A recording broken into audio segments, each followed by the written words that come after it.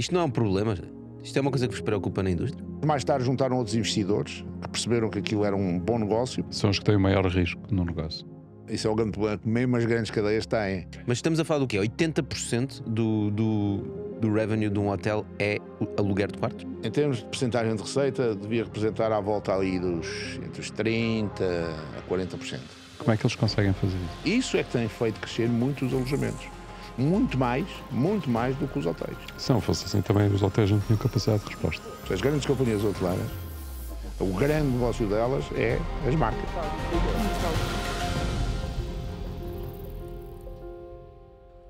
Bom, José, então vamos falar de hotéis hoje e de muitas outras coisas que andam à volta dos hotéis, mas eu acho que antes de irmos às coisas mais, digamos, high level, eu gostava de perceber um bocadinho, na tua visão, o que é a economia de um hotel, não é? Porque a própria indústria hoteleira e tudo o que anda à volta da indústria hoteleira tem muitas nuances, tem muitos atores, não é? Eu gostava de perceber como é que tu vês a economia de um hotel. Os hotéis têm muitos modelos de negócio. Muitos modelos de negócio. Ao contrário do que se pensa, que aquilo é entrar numa unidade hoteleira, ter uma recepção, ter uma cozinha, ter uma copa, ter serviços de restaurante e ter os quartos mas há muitos modelos de negócio.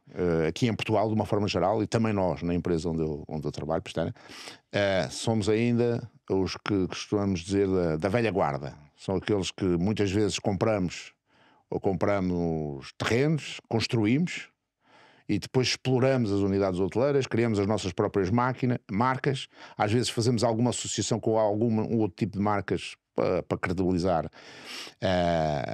as unidades. O que tu dizes quando exploramos é porque vocês têm equipas, não é? Temos as equipas, contratam os as pessoas. São nossos, exatamente. Portanto, o recepcionista é nosso, o cozinheiro é nosso, o chefe de cozinha, as pessoas que trabalham nas copas, etc. Portanto, fazemos tudo isso.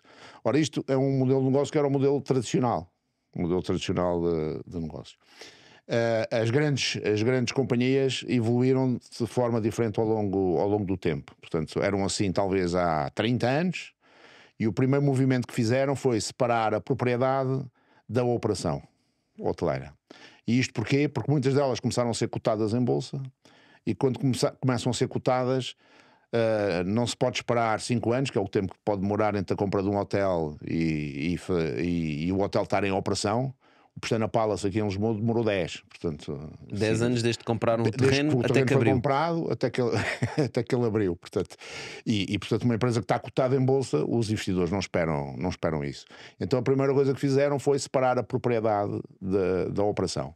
E portanto a propriedade primeiro foi para fundos muitas vezes detidos por famílias ou pelos antigos proprietários, que depois mais tarde juntaram outros investidores que perceberam que aquilo era um bom negócio, porque a valorização dos ativos hoteleiros era também positiva. Os grandes investidores hoje talvez sejam as companhias de seguros e os fundos de pensões, porque é quem tem os dinheiros e tem as reservas. Portanto, vamos só perceber, essas empresas de seguros e fundos de pensões colocam dinheiro em fundos de investimento. Em fundos de investimento, ou compram elas próprias os ativos. Ok. Os ativos e esses são fundos ou elas compram os terrenos e depois as empresas hoteleiras... De uma forma geral, elas não compram terrenos. Os terrenos até são de promotores imobiliários que compram e fazem promoções imobiliárias, uma parte delas por hotéis, e esses fundos preferem já comprar o hotel já quando está pronto. No dia em que está pronto, então compram. Para não quê? Para não ter o risco da construção, não é? Claro. Para não ter esse risco de construção.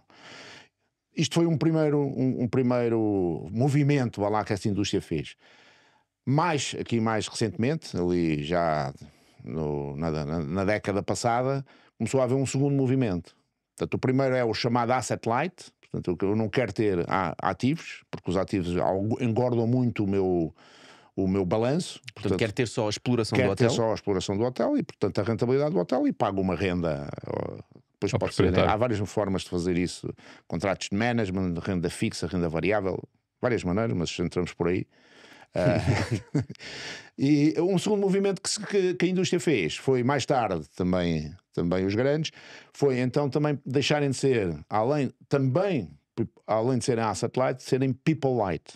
E o que fizeram foi também tiraram a operação das suas próprias unidades. A operação ou os recursos humanos? Os recursos humanos e as operações mesmo. As operações mesmo. Portanto, o que é que hoje têm? Têm marcas que criam, que obviamente tem os seus objetivos, que por trás tem a tal experiência, não é? Portanto, hoje fala-se na experiência hoteleira. Portanto, a marca tem por trás a experiência hoteleira que o cliente quer, se é um hotel família, se é um hotel adult only, se é um hotel all inclusive, se é um resort, se é um hotel mais de cidade, enfim, criam as grandes companhias. Podem ter 30 e muitas marcas definidas para targets altos. Por exemplo, um exemplo, se calhar, típico disso, que as pessoas conhecem bem, é o Hotel Ibis, né? Que é uma marca. Sim, é uma mas marca. Por trás está uma empresa que tem várias marcas, que é a Accor. Sim, né? a Accor deve ter mais de 30 marcas, não é? Hoje tem mais de 30 marcas. Uma delas é o Ibis. E uma delas é o Ibis, não é? Portanto, vai desde o Ibis, depois tem os Sofitéis, Novotéis, e depois tem os Fairmounts, e tem tudo isso. Portanto, e tem desde as 2 estrelas às 5 estrelas, e depois tem também, dentro mesmo dos 4 e 5 estrelas, ou dos segmentos mais de luxo, e upper scale, e middle scale, e upper scale, tem também em função de se é para famílias, se é só para adultos, se é para, enfim, se é resorts, ou se é mais cidade. Portanto, tem toda essa variedade. Mas o que é que fizeram? As equipas saíram, fizeram equipas de gestão, e essas equipas passaram a fazer a operação. E, no fundo, estas grandes companhias hoje o que fazem é modelos de franchising. Portanto, dão o franchising, dão a marca. Depois, obviamente, têm que tomar conta da marca e, portanto, cuidar da marca para que a marca tenha valor e, portanto, seja requerida pelos tais primeiro owners, os proprietários, depois por quem faz a gestão. Seria uma boa comparação, por exemplo, o McDonald's, que as pessoas conhecem bem, que é um modelo de franchise, não é? Que é alguém Sim. que compra um espaço, monta um restaurante e depois paga uma fee ao Exatamente. McDonald's. No Ibis funciona de uma forma semelhante? É isso mesmo, é isso mesmo. Até em alguns graus com mais liberdade, em alguns graus, em algumas áreas da hotelaria com mais liberdade. Se calhar estas grandes marcas são muito mais ativas e se quiserem ver se os procedimentos que estão definidos funcionam para segmento de luxo e segmento de upper scale. Para segmentos mais básicos, se calhar o que impõe é muito na construção. Olha, a construção tem que ser deste tipo, que é este um hotel. Portanto, tem que ser. Aliás, chamava-se isso a McDonaldização.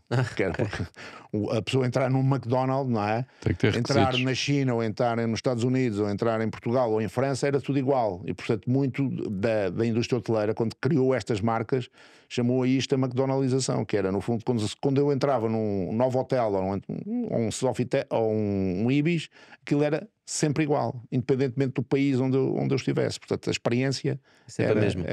Mas essas equipas de gestão só têm um hotel ou por vezes também têm vários portanto, hotéis? estas equipas de gestão que saíram dessas companhias, essas companhias tornaram-se, além da Asset Light, People Light também. Elas Sim, eram sim. mesmo, o movimento chamou-se mesmo isto, People Light também. Portanto, deixaram de ter pessoas e deixaram Mas de à ter partida ativos. seria a Portanto, só equipa têm do marcas. próprio hotel, não é? Portanto, muitas delas saíram, fizeram acordos com estas empresas, porque os hotéis continuaram a ter que ser geridos.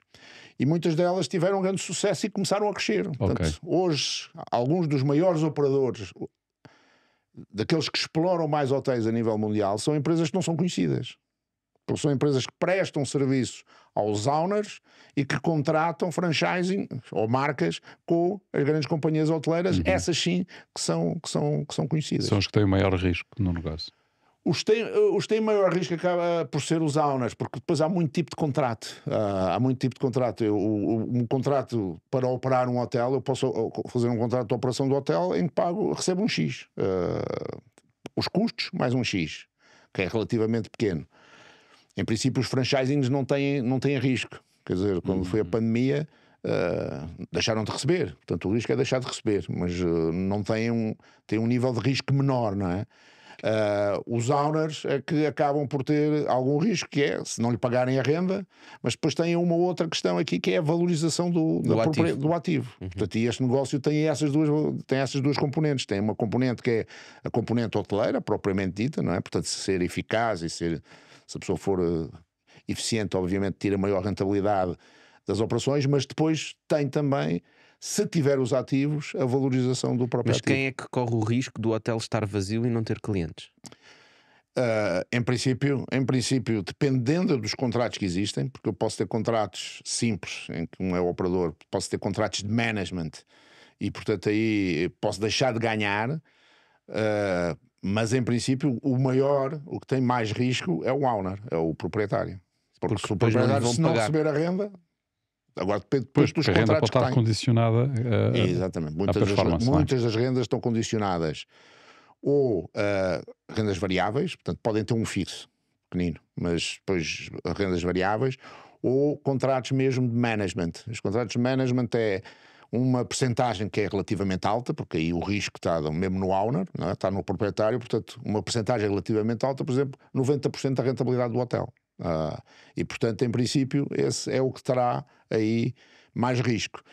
Obviamente que as grandes cadeias, o risco que têm é eles têm que investir em marcas, têm que investir em canais próprios. É que se começam a degradar as marcas ou se começam o seu canal, os seus canais próprios passam a ser pouco apelativos, começam a perder hotéis para as outras, não é? E portanto começa-se a valorizar mais uma marca de uma cadeia, por exemplo, americana do que de uma cadeia europeia, e portanto vão perdendo Deixa-me ver unidades. se eu percebo o que é que estás a dizer. Então, no fundo, se eu, por exemplo, criar uma marca muito forte, por exemplo, vamos usar o Ibis porque já usámos, mas há montes delas. Se eu tiver uma marca muito forte, os operadores vão querer ter a minha marca porque sabem que o hotel vai encher, o Grupo e os Stena começa asset assim. owners também. O Grupo Stena começa assim. O Grupo Stena começa como um owner, mas que não tinha, isto é 72, não tinha know-how hoteleiro, e portanto vai contratar uma marca que é uma marca internacional e que lhe dava credibilidade e que em princípio lhe iria dar o know-how que deu. O know-how em termos Qual é a marca? de Podes gestão partilhar? era a Sheraton. Portanto, o Grupo Stena começa com o Sheraton Madeira. Portanto, o pai do atual proprietário e chairman e presidente do grupo, quando decide investir, depois de ter imigrado e decide investir no sua terra natal, a primeira coisa que faz: compra um hotel pequenino, constrói um hotel grande, mas ele não sabia hotelaria, nem queria vir para a Madeira porque o seu negócio estava na África do Sul. E portanto o que faz é contratar uma marca internacional que lhe fez, que lhe faria a gestão. Quem é que correu o risco nos anos maus? E os anos maus vieram logo a seguir, porque isto é 72. Exato. E 74 dá-se a Revolução. A Revolução foi muito boa para nós, ainda Para a bem, sociedade. ainda bem para a sociedade, mas os primeiros anos para a economia não foi grande coisa, principalmente para quem Sobretudo para o tinha, luxo, não é? e principalmente para quem tinha endividamento, não é? Porque as taxas de juros na altura eram de 7, 8%, subiram para 40%. Naqueles 2 anos, e portanto quem estava no início teve essa dificuldade. Mas, portanto, quem é que correu ao risco? O risco era o owner, era o proprietário, era a família Pestana, não era a Sheraton. A Sheraton deixou de ganhar. Mas É frequente os hotéis passarem de uma marca para outra. há uma frequência. Há uma frequência. Há uma frequência. Até porque hoje muitos dos que investem são fundos, fundos próprios, até hoteleiros, que sabem fazer o asset management da hotelaria. Portanto, eles sabem de hotelaria. Já não é como de antes, que eram só owners e só sabiam de assets, vá lá, de propriedade. Hoje sabem de hotelaria. E, portanto, muitos dos compram unidades hoteleiras que veem que estão em underperformance. Portanto, estão Com dificuldades. ou são bons ativos, mas que com algumas melhorias podem ter um salto grande. E por isso o que fazem muitas vezes é comprar, ao fim de algum tempo, arranjar então um novo gestor, um novo operador, fazendo investimento, e uma nova marca, uma marca maior que lhe possa dar mais rentabilidade. Para quê? Para o fim de um X tempo venderem a propriedade e, portanto, fizeram o seu negócio. Esse Sheraton de 72 ainda existe? Este Sheraton de 72 hoje chama-se Carlton Madeira, porque Já mudou? depois, passado 20 anos, houve a rescisão do contrato com a Sheraton, com o contrato inicial, e foi isso que fez o Grupo Pestana. Portanto, a marca Pestana surge quando acaba a marca Sheraton. Portanto, era preciso. E depois era a marca Pestana não era conhecida, isto era o primeiro hotel, portanto, ainda hoje, quando não é preciso ir buscar um nome internacional, podemos lhe chamar outras coisas só. Podemos lhe chamar o Pestana Rua Augusta, ou Pestana, como foi o último que abriu. Mas na altura, a Pestana, em tempos hoteleiros, não queria dizer nada, então no mercado em inglês.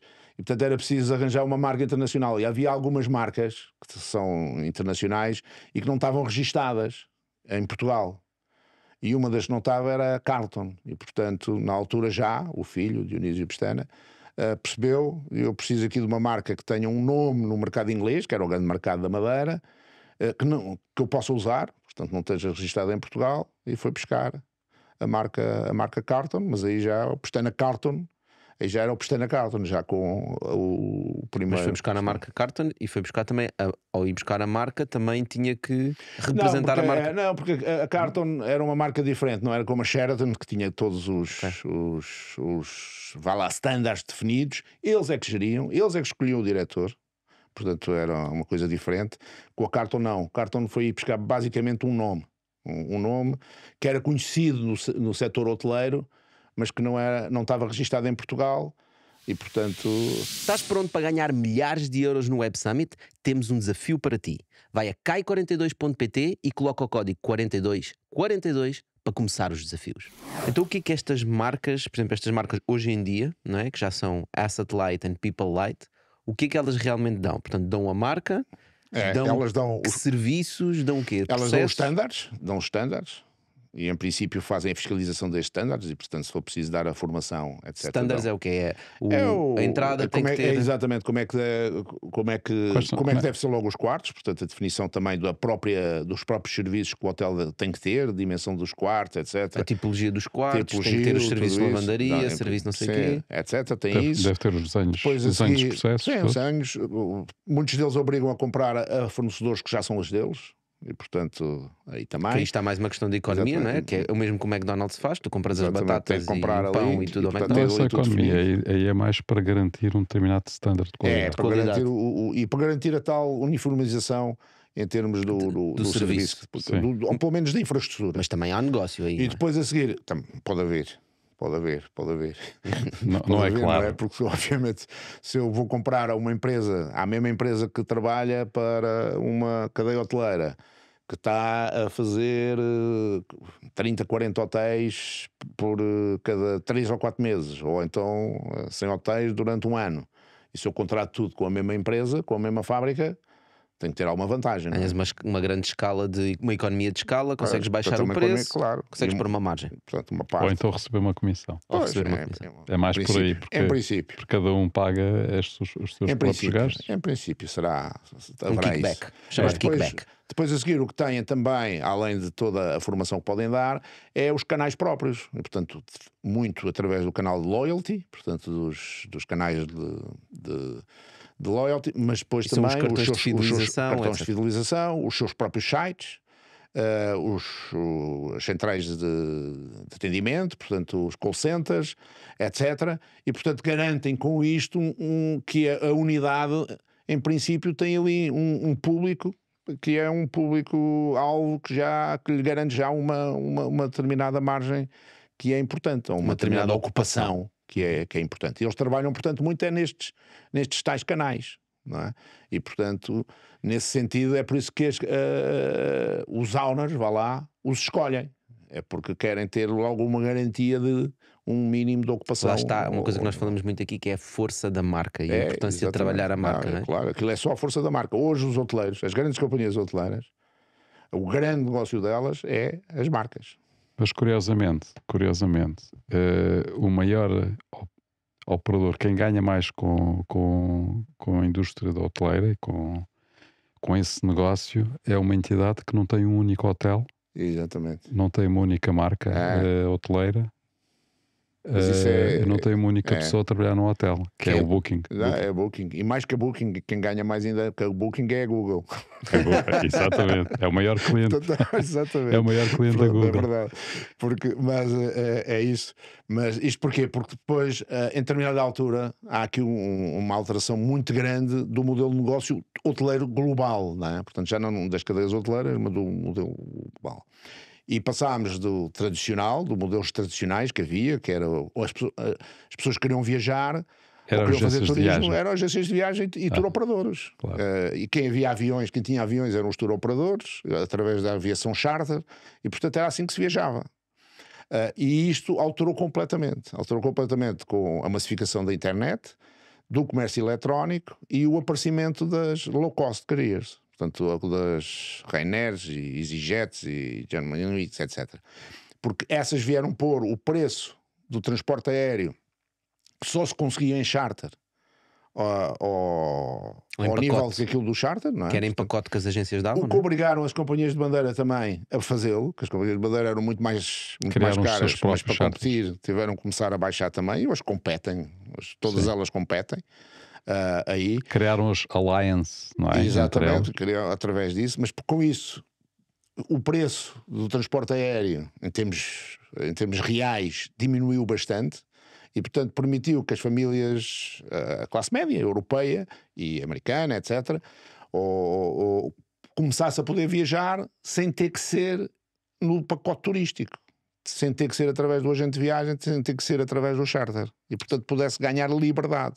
O Google depois, também teve aí um grande papel, não é? Que tu agora, o Google, quando tu podes ir pesquisar, claro. ver o que há na zona, não é? Depois vais ao Booking. Primeiro foi a massificação da internet, porque isso permitiu que as pessoas, a partir de casa, começassem a conhecer os destinos sem ter que ir a especialistas, através da busca.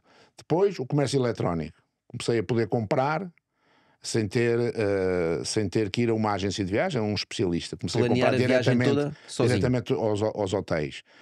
E sem ter que... E depois o transporte aéreo. Portanto, estas três questões, no fundo, vieram a revolucionar completamente e mudar completamente aquilo que é o modelo de negócio. Mas acabaram por massificar o turismo, não é? Porque isso acaba por massificar, mas a massificação também vem de outras questões, que é o próprio crescimento económico das classes médias europeias. Por um lado, começar a viajar ficou mais barato, em termos relativos, não é? Se fizermos isto em termos reais, começar a viajar ficou mais barato. Por outro lado, as classes médias europeias e a economia europeia também cresceu. E, portanto, há mais gente com dinheiro para poder viajar. Por outro lado, toda a divulgação que a internet faz enfim... E no fundo a promoção que os destinos fazem, tudo isso também aumentou aquilo que era o desejo das pessoas de conhecerem outras realidades. E por isso o turismo, eu lembro de quando entrei mais ou menos nisto, entrei à volta do ano 2000, aqui no setor do turismo, um bocadinho antes, mas depois numa empresa, no Pestana, em 2000. Lembro que houve as Torres Gêmeas, logo a seguir. E quando houve as Torres Gêmeas, há uma queda do setor do turismo que é muitíssimo grande.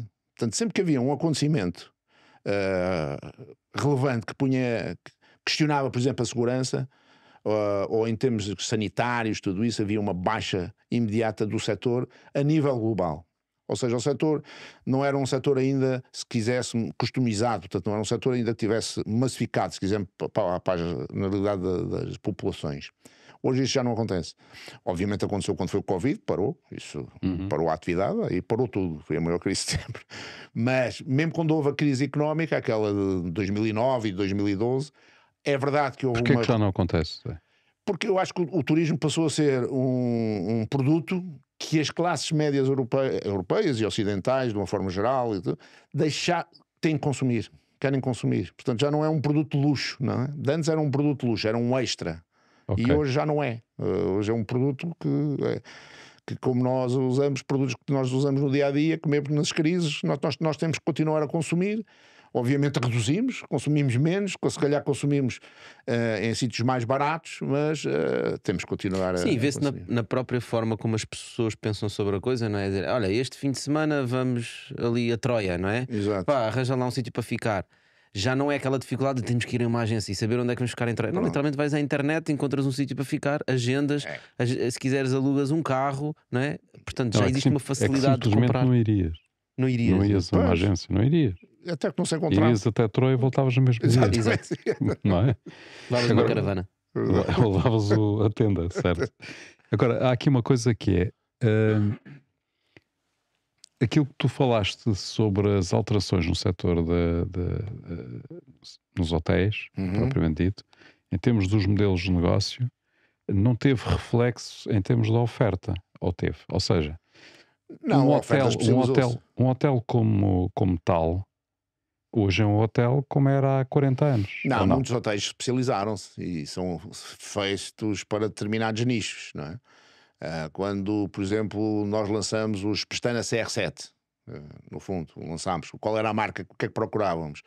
eram hotéis que tivessem um cariz diferente, portanto, hotéis mais aquilo que se chama lifestyle, pessoas, não é tanta idade, porque há pessoas que gostam, mas hotéis mais simples em termos dos quartos. Os quartos não precisam, os quartos o que precisavam ter eram uma boa cama, uma excelente cama e um excelente duche e uma boa televisão.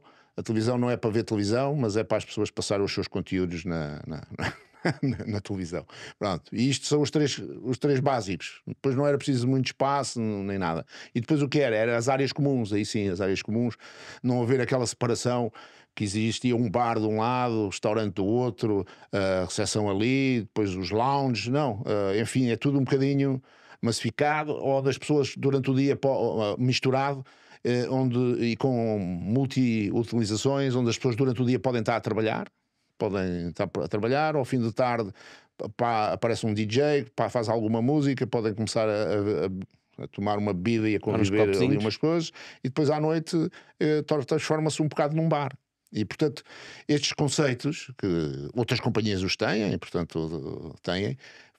nasceram exatamente disso, da hotelaria passar a ser as tais experiências, estar associado muito à experiência que eu quero ter. Mas mesmo assim, portanto, o modelo de negócio do hotel continua a ser alugar uma cama, não é? Essencialmente. Depois muitos já têm os serviços de spa e etc. Não sei o quão relevantes são. E comida. Não, mas também é a tal experiência, por exemplo. Sim, mas eu pago pela experiência, o quê? No preço do quarto. Não, mas qual é a experiência que eu posso ter? O tipo de comida que posso ter? Se depois quiser sair, o poder continuar no hotel ou ter que não. Se eu estou a trabalhar remoto, se posso trabalhar também no próprio hotel e o hotel tem condições em que eu posso fazer. Mas isso não é um modelo de negócio, porque o hotel não ganha dinheiro com eu estar a trabalhar no hotel. Mas para poder vender o quarto, eu tenho que ter isto. Pronto, para vender o quarto. E de antes não precisava. Portanto, onde se ganha dinheiro é no quarto, se quiser, com exceções. Há outros que ganham Mas estamos a falar do quê? 80% do revenue de um hotel é aluguer de quartos? Tirando as exceções, sim. Não, do lucro, do profit. Do profit do department. Porquê é que segmentaste para profit? Nos quartos, o custo grande foi a criação da infraestrutura. É bater o investimento. O custo depois de estar ocupado ou não ocupado, o tal custo variável é muito pequeno. Tem a ver com a limpeza, são os amenities e são, a limpeza que eu tenho que fazer. E depois a lavandaria. Mas é isto que faz a diferença. Num restaurante, não. Num restaurante eu tenho que ter muito mais empregados, muito mais. Tenho que ter cozinha, tenho que ter chefes, tenho que ter um custo pessoas variável a trabalhar. muito e depois grande. tenho os custos variáveis, tenho que ter. Portanto, o que tu estás a dizer é que comida, os restaurantes que há nos hotéis, digamos, e até quase os spas, é no fundo para dar serviços, para dar valor ao aluguer do quarto. Exatamente. É no aluguer do quarto. No aluguer do quarto é que está o profit. Eu posso também ter profit nas outras áreas. E há hotéis que é ao contrário. Há hotéis que são restaurantes com quartos. E ganham mais nos restaurantes e depois como é que eles conseguem fazer isso? Porque se especializaram nisso. Há hotéis que se especializaram, fazem isso, têm rotações muito, muito grandes e, portanto, são conceitos diferentes. Mas este não é a regra. Normalmente, quanto é que representa a restauração e bar num hotel? Em termos de percentagem de receita? Em termos de percentagem de receita, devia representar à volta ali entre os 30% a 40%. É o que devia representar. Há hotéis hoje, mas há conceitos hoje que não prescindem disso. Não têm bar, não têm restauração. Não têm, só têm quartos, não têm mais nada. Reduzem o risco de exploração. E porquê? Bem localizados. Se estiverem bem localizados, em zonas onde existem muita restauração, onde existem muita oferta em termos até para o pequeno almoço, enfim, daquilo que nós chamamos as pastelarias, mas enfim, do coisa. Para que é que vão lá ter? Nós temos uma experiência nossa, uma experiência de um hotel nosso em Nova Iorque, que só oferece quartos, não tem mais nada, só quartos. E é um hotel que em termos daquilo que é os níveis de satisfação dos clientes, seja através das recolhas que nós fazemos próprias, seja através das recolhas que fazem através das plataformas e das Googles, etc., é dos hotéis que têm maiores níveis, para não dizer que é o que tem maior nível de satisfação. Agora, o que é que fizemos? Vendemos só quartos, depois temos uma graça ali que é de manhã, quando as pessoas descem, se quiserem ter uma maçã, se quiserem beber um sumo, se quiserem tomar um café, existe. Mas isso é complementary. Portanto, não lhe é cobrado. E portanto as pessoas não estão à espera, não é isso que não estão a pagar por esse serviço. E como não estão, que as pessoas já sabem que já não tem pequeno portanto, almoço. é um serviço que é reduzido, mas que, como não é cobrado, tem um nível de satisfação que é muito, muito elevado.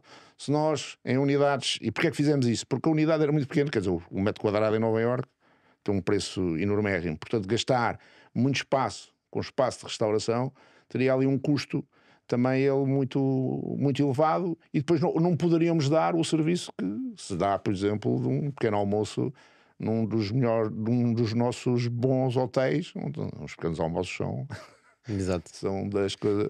E a parte do spa? Mais uma vez, há hotéis que se especializaram em alguns sítios e em alguns sítios de resort, que se especializaram exatamente, esse é o seu grande valor acrescentado. Não é? Portanto, especializaram-se muito e investiram bem e fizeram equipas boas e têm serviços de spa. Portanto, acredito que nesse tipo de hotéis haja aí isso seja um departamento importante. E mais uma vez aqui a hotelaria se calhar aparece como uma segunda. Eu vou porque quero ter aquele spa, quero ter aquela experiência durante, às vezes com programas que são de uma semana, programas de 3 dias, 5 dias, às vezes de uma semana. Portanto, vou por essa experiência para ter aquele serviço. Depois preciso de um quarto e portanto depois acabo por vender o quarto. Pois mas, portanto, é uma especialização, mas é uma especialização. A ideia com que eu fico é muito interessante que existe nesta economia do hotel, existem serviços que representam muita faturação, como estavas há pouco a dizer, por exemplo, a restauração 30% a 40%, mas no que toca ao lucro, esses serviços não são muito representativos, não é? Por exemplo, podes ter um hotel que representa 40% de faturação no restaurante, mas a verdade é que 80% ou 90% do lucro está nos quartos. Mas os restaurantes são importantes para dar toda aquela experiência, para dar o valor ao quarto. E para dar o valor ao quarto. No caso desses spas, se calhar até tem um bocadinho mais lucro nos spas. Podem ter, mas quer dizer, mas o spa também, ele próprio tem custos muito também elevados. Claro. Porque tem muito mais pessoal e pessoas especializadas, não é? Se eu quero dar um bom serviço, tem que ser em pessoas com especializadas. Os produtos que são utilizados, que também, portanto, o chamado custo direto, que também, obviamente, também ele próprio também é elevado, e já teve que ter um investimento grande em termos de espaço e manutenção dos espaços. Mas é curioso, é que nós estamos aqui a ver, tens hotéis em que, no fundo, as pessoas sempre procuram a experiência, não é? Cada vez mais procuram a experiência. Um bocadinho isso. Agora, há hotéis que propiciam essa experiência e há outros que são apenas intermediários da experiência. O exemplo que deste de Nova Iorque e do sucesso do hotel de Nova Iorque é um hotel que não dá experiência nenhuma, no fundo. A experiência que dá é Nova Iorque. Exatamente, a experiência que dá é Nova Iorque. Portanto, está com uma localização perfeita, porque está numa localização fantástica, porque estarem ali na Park Avenue e numa rua intermédia, portanto, muito perto de todo o que é os melhores os sítios mais visitáveis de Nova Iorque. E portanto, quando eu vou a Nova Iorque, eu quero visitar Nova Iorque.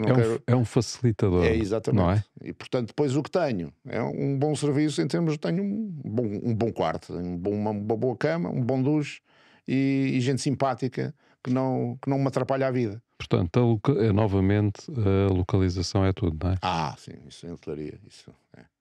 A hotelaria, costuma-se dizer, isto toda a gente conhece, que há os três grandes fatores para ter sucesso em hotelaria. Primeiro, localização. O segundo, a localização. E o terceiro, a localização. Pois. Location. Portanto, não há... Mas à medida que temos tantos hotéis e cada vez temos mais hotéis, não é? Vamos ficando com cada vez menos boas localizações. Mas é isso, é menos boas localizações, e é por isso que os hotéis têm também eles se especializar e oferecer as tais experiências diferentes.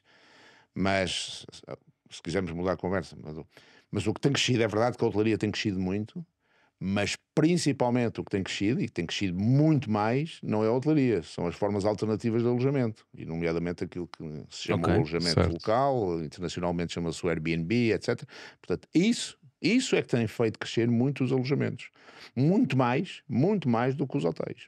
Se não fosse assim, também os hotéis não tinham capacidade de resposta. em muitos sítios é verdade que os hotéis não tinham capacidade de resposta, e é verdade que os hotéis, em alguns sítios mesmo os que existiam, não davam, não dariam resposta a todos os segmentos de mercado. Porque havia segmentos de mercado que, indo para os hotéis que existiam, não iriam para aquele destino. E, portanto, precisariam de outro tipo de alojamento. Agora, depois, e isso é um fator positivo. Um fator positivo. Agora uma coisa interessante aí. Isso já aconteceu, não é? Já está. Já explodiu. Está cá. Será que agora os operadores turísticos vão começar... Aliás, não sei se já há operadores turísticos grandes em termos de alojamento local, não é? Sem dúvida. Mas será que os tradicionais da hotelaria vão também entrar ou já estão a entrar nesse segmento de negócio? Alguns entraram. Portanto, alguns já entraram, já têm marcas que são apartamentos turísticos. Portanto, já estão... aqui em Portugal já os classificam como ALs, não é? O que nós conhecemos aqui como o alojamento local, e não como hotel. São apart-hotéis, na prática, não é? São apart-hotéis que têm o apart-hotel é um bocadinho diferente, porque o apart-hotel exige ter recepções e exige um conjunto de regras. Este tipo de ALs não, portanto são muito menos regulamentados, mas há quem tenha criado marcas, para esse. Nestas companhias, quando criam e as ligam à companhia, porque podem não ligar, podem ser, por exemplo, do Macor ou do Mero, mas eu não quero relacioná-la com a marca principal ou com a companhia principal. Mas se ligo, então a seguir o que faço é de um serviço também diferenciado. Portanto, dou algum serviço. Dou algum serviço. Que pode ser um serviço on request. Ou seja, pode ser um serviço que é personalizado. Olha, quero ter o serviço de limpeza 2 em 2 dias, ou todos os dias, ou 3 em 3 dias. Quero ter algum serviço em termos de pequeno almoço, ser posto à porta da unidade, etc. Pronto. E, portanto, podem fazer isso. Isso já existe. Já existe, já estão a fazer isto. Aliás, já estão a evoluir para outra coisa. Já estão a evoluir até para outra coisa, que agora está também a disparar, que é as moradias branded, que é depois, geralmente, onde existe uma unidade hoteleira e que pode prestar o serviço, e essa unidade hoteleira não obrigatoriamente não tenha que existir, mas por trás existem casas que as pessoas compram e podem viver, podem ser de férias, segunda casa ou até a primeira, e que são casas que estão com o nome da unidade hoteleira. Portanto, a Marriott tem isto. A pessoa pode alugar um quarto no hotel ou uma moradia. Ou posso viver mesmo nessa moradia, a moradia ser minha, eu posso lá viver e requisitar serviços, que são os serviços, por exemplo, do hotel, ou ter a hipótese de poder ir ao hotel sempre que queira. Portanto, ser tratado como um cliente do hotel, mas vivendo numa casa que é... Mas o que é que o hotel ganha com isso? Prestar os serviços? Na venda da casa já ganhou com certeza, porque ao promotor que a fez não foi a marca que construiu a casa, mas ao pôr a marca para o promotor a poder vender, já tem aí a sua comissão. A sua comissão. E depois tem, em alguns serviços que possa prestar, obviamente vai cobrar. Sim, serviço de lavandaria, restauração. Se a pessoa for aos hotéis, ao spa. O spa, se houver um campo de golfe associado, o FII do anual, para poder, etc. Portanto, no fundo, acaba por... Isso é interessante. Acaba por também... No nosso caso, estávamos a falar no início sobre a Cerdeira, a aldeia que nós reconstruímos na Serra da Lousã, Cerdeira Home for Creativity. Nós, na verdade, somos um alojamento local, mas da forma como tu estás a falar, eu até começo a pensar, nós somos quase já um apart-hotel, não é? Eu diria um aldeamento turístico. Um aldeamento turístico. Temos tantos nomes para tantas coisas. Verdade, tantos nomes, nós nunca simplificamos. Porquê a distinção de um apart-hotel para um aldeamento turístico? Um apart-hotel, em princípio, era um edifício único. Não é? Um aldeamento turístico é estas pequenas casas, pequenas moradias separadas. Por exemplo, nós em Troia, o que temos são aldeamentos turísticos. E nos aldeamentos turísticos, as casas podem ser só do promotor, que é o nosso caso, sim. Ou podem ser vendidas. Pode haver proprietários que as compram, têm é que as disponibilizar para depois... Tipo timeshare, né? Não é tipo timeshare. Têm que as disponibilizar para depois serem alugadas a turistas. E recebem Uma parte do ano. e Durante recebem uma um parte, FII, não é? Por durante isso. uma parte do ano. Ok. Um apart-hotel é a mesma coisa. Eu num apart-hotel também posso vender uma parte dos apartamentos a pessoas externas que compram o apartamento e depois, desde que tenham um contrato em que elas me põem à minha gestão, elas não podem depois gerir. Só pode haver um promotor em cada aldeamento ou em cada apartamento ou apart-hotel, só pode haver um único operador. Portanto, eu não posso, eu comprei e a seguir não posso ir para a Booking e dizer assim, olha, tenho aqui o quarto 408 Certo. e com Venham. aqui Encomenda. para mim, que sou o proprietário e não para o promotor. Mas através da sociedade promotora eu posso pôr à promoção. Posso não, até tenho que pôr obrigatoriamente. No nosso caso, nós até, do que eu estou a perceber, até somos um bocado tradicionais, não é? Porque nós Somos completamente tradicionais. fizemos nós temos os assets e temos o people, não é? Portanto, nós construímos as casas, reconstruímos a aldeia, contratamos as pessoas, temos uma equipa interna. Só não são os old guys porque o produto é novo. Portanto, aí no conceito, senão era. É um velho negócio numa nova pele, não é? Exatamente. Porque, inclusive, nós temos a parte da restauração, a parte de workshops mesmo de artistas, portanto, é tudo verticalizado. Tudo verticalizado, exatamente. Isso sim, isso é o modelo antigo, não é? Isso é o modelo. Às obviamente vezes... adaptado a um produto de hoje, não é? Adaptado a um produto de hoje. Mas, se virmos, em termos daquilo que andámos a falar, o que haveria é, quando fizerem a 10ª aldeia, já só dão o nome, alguém faz a aldeia, depois já dão de franchising a restauração, já dão de franchising a gestão do... Exato. ou já dão de franchising a... Na verdade isso foi um bocadinho o que tentaram fazer, diz lá se não faz sentido, com a marca Aldeias de Xisto, não é?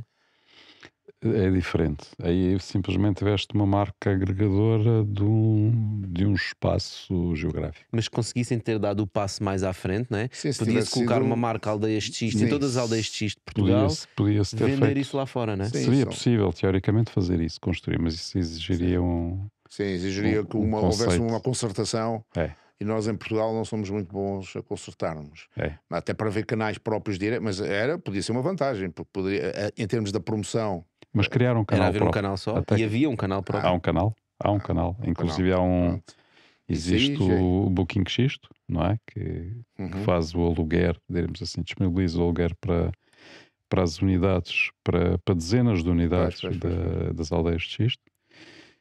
Mas mesmo aí, mesmo no Booking Xisto, tem depois dificuldades em termos de integração tecnológica, não é? Porque as pessoas não têm online, não vendem só através dali, não é? Isso é o grande problema que mesmo as grandes cadeias têm, porque como elas têm muitos owners, não é? Eu posso ter 300 hotéis de uma determinada marca e em determinada altura quero, até por questões de evolução tecnológica, quero introduzir uma nova ferramenta ou quero fazer um novo front office, um novo sistema de front office, uma nova ferramenta para fazer a comercialização através do meu site e dar maior visibilidade ou um sistema de revenue, e isso obriga a investimentos, e esses investimentos têm que ser feitos por cada uma das unidades.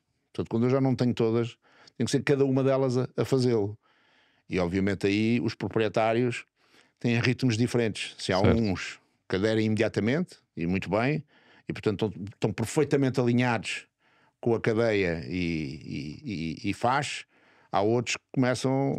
Sim, e esse alinhamento é muito grave, ou desalinhamento é muito grave, porque efetivamente dá uma má experiência ao cliente. Porque o cliente vai fazer uma reserva para um determinado dia e depois vão contactá-lo a dizer que para aquele dia não pode ser ali, tem que ser noutro sítio, ou então ele tem que mudar o dia, não é? Porque não há disponibilidade real. E isso é que é a questão, porque depois quando tem o sistema, quando está habituado até por comparação com outras plataformas onde marcou e onde nada disso acontece, obviamente isso passa a ser um fator de menor competitividade. Mas mesmo no vosso caso o canal principal também é Booking? Ou vocês já têm as pessoas a ir diretamente? Como é que funciona? Nós estamos no intermédio. Nós conseguimos ter escala e foi muito do nosso crescimento foi quase obrigatório, para conseguirmos ter escala para desenvolver canais próprios. Porque os canais próprios, ao contrário do que se pensa, não é fazer um site, faz um site, não vem ninguém, não é? Hoje, Claro. Tem que o divulgar, tem que ter as ferramentas para o poder divulgar, tem que ter as pessoas certas para depois o saberem gerir e para pôr os conteúdos certos, tem que ter as ferramentas auxiliares certas para personalizar quando o cliente vem ao meu site e eu não ter uma coisa genérica e começar a personalizar a oferta, ferramentas para conhecer esse cliente para poder depois personalizá-lo. Portanto, ou seja, o custo de um canal direto, para conhecer a concorrência e os preços que estão à volta. Exatamente, tudo isso. Portanto, um custo dos canais diretos para eles terem alguma importância não é zero, ou não é pouco, ou não é ter uma pessoa que percebe tecnologia e que me faz um site. Por isso, é preciso ter escala para isto poder ser rentável. Nós, no nosso caso, nós conseguimos ter os nossos canais diretos serem superiores à Booking, por exemplo. Mas quer dizer, a Booking não é o único operador que existe naquilo que nós chamamos as plataformas, não é? Existem outras. Ela, no nosso caso, representa cerca de 50% das plataformas. Ok. E as plataformas todas representam à volta de uns 35% a 40%, portanto é isto que elas representam, e os nossos canais diretos todos, portanto incluindo o nosso site, o call center e os outros canais diretos temos, também o loyalty, o cartão de fidelidade, etc., também representam à volta dos mesmos 30 e tal %. Mas fazer esta evolução foi muito difícil, porque não era isto normal.